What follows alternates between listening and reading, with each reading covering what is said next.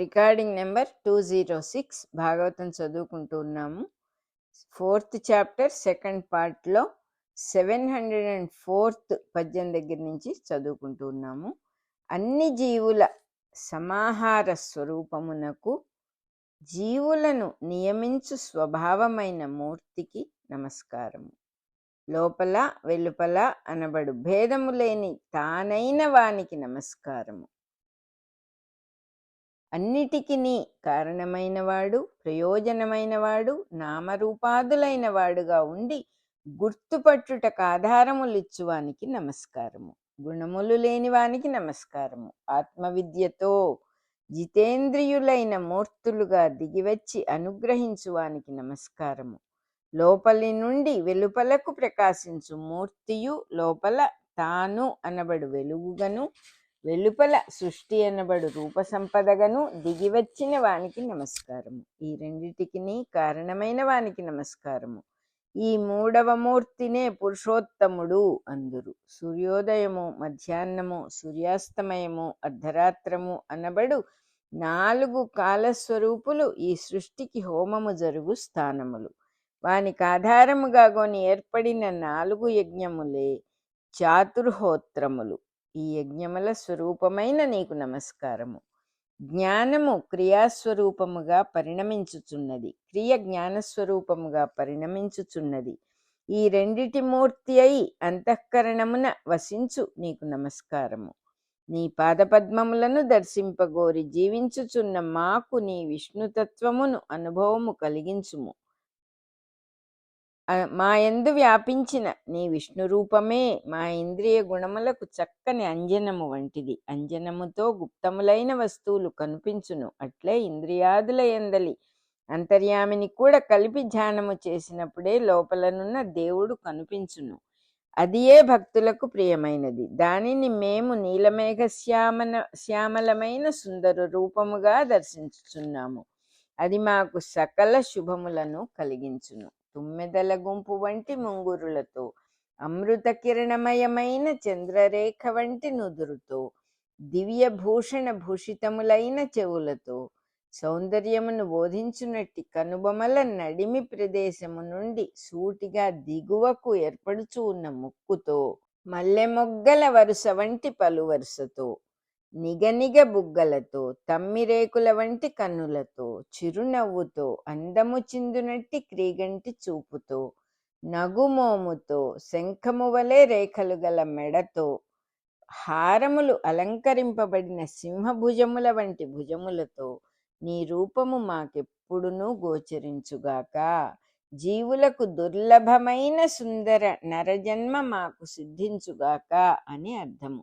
ఈ దేహాకారము తనకు గాని ఎదుటివారికి గాని కలిగినప్పుడు అది దేవుని ధ్యాన రూపమని జ్ఞప్తి ఉన్నవాడు ఉద్ధరింపబడును. లేనిచో లౌకికమైన బంధుత్వము, శత్రుమిత్రత్వాదులు పెట్టుకొని ఆ రూపమును చూచి వ్యామోహ కామ క్రోధాదులతో చెడిపోవును. ఇచ్చట మానవుని భౌతిక దేహ రూపము కూడా దేవుని అర్చించుటకు ఆధారమైన మూర్తిగా స్వీకరింపబడు మార్గమున సూచింపబడినది. అంతేకాని దేవుడు నరరూపముగానే ఉండునని మాత్రము కాదు.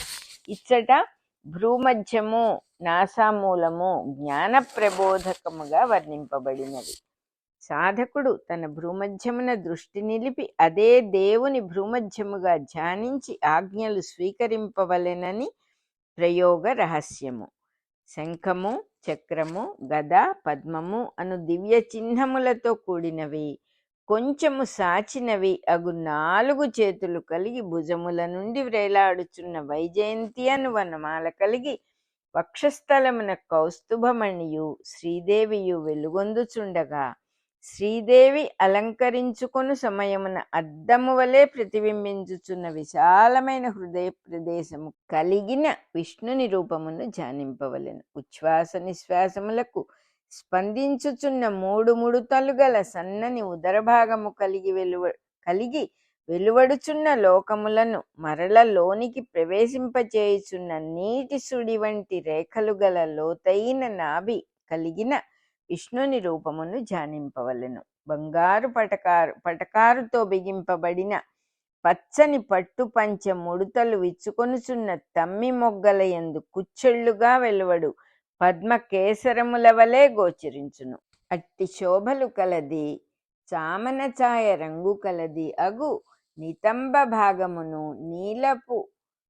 నీలపు టరటి చెట్టు స్తంభముల వలె గోచరించు తొడలును, మోకాటి చిప్పల దిగువ గోచరించు చక్కని ఆకారములను, సమమైన హెచ్చుతగ్గులు కనిపించునట్టి చీలమండలును, పద్మపత్రముల సౌకుమార్యములను వెదజల్లుచున్న పాదముల జంటను ధ్యానింపవలెను. ధ్యానించుచు వానినిట్లు స్తుతింపవలెను.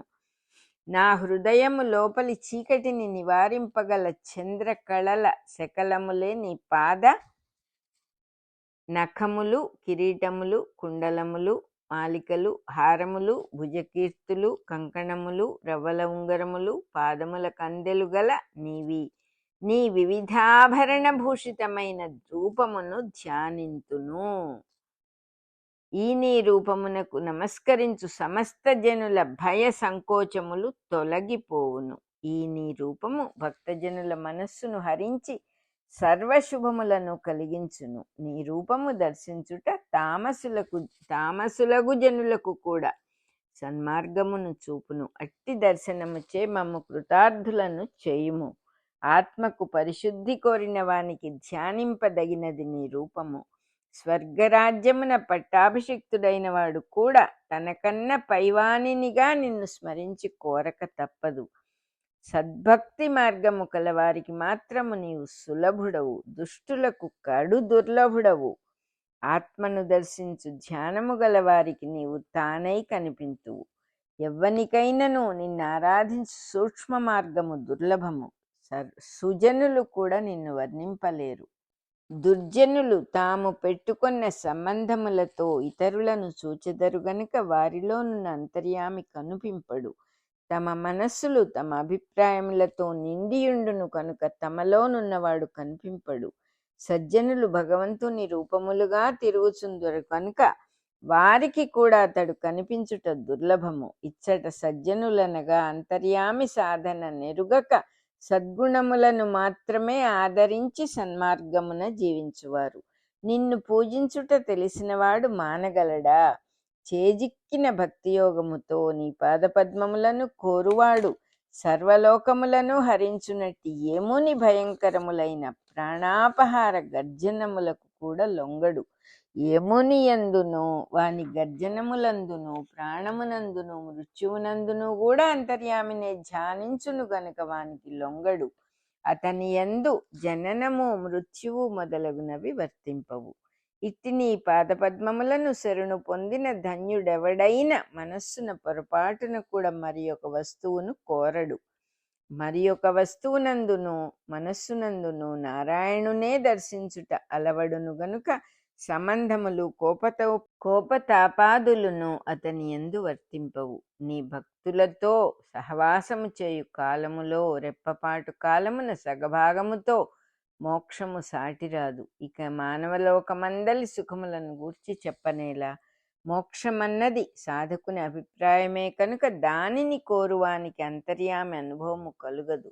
మనస్సునని అభిప్రాయము అడ్డుగా ఉండును గనుక అతని దర్శనమునకు విఘ్నము కలుగచేయును. పాపములను నశింపచేయునవి నీ పాదపద్మములు. నీ కీర్తి అను పుణ్యతీర్థము యొక్క తుంపురులచే వెలుపలి లోపలి కల్మషములు క్షాళితములగును. అట్టి నిన్ను కీర్తించువారు కూడా పుణ్యతీర్థముల వంటి వారు. నిన్ను తలచువారు భూతదయ అలవడినవారు, రాగద్వేషములు తొలగినవారు, సూటిగా ప్రవర్తించుట నేర్చినవారు అగుదురు.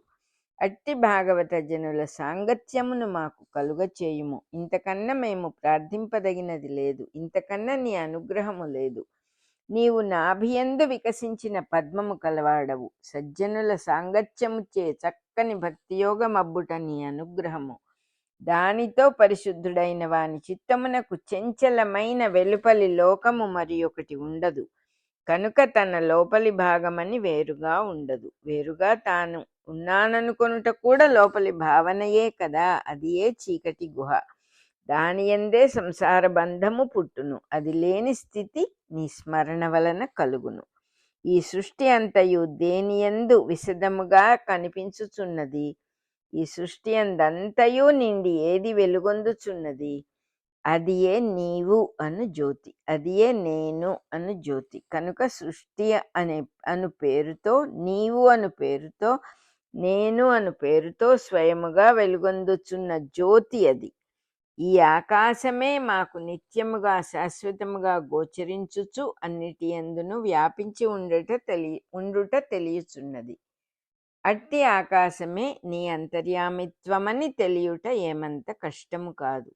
ఇట్లు ఆత్మతత్వము బ్రహ్మతత్వము మాకొక్కటే.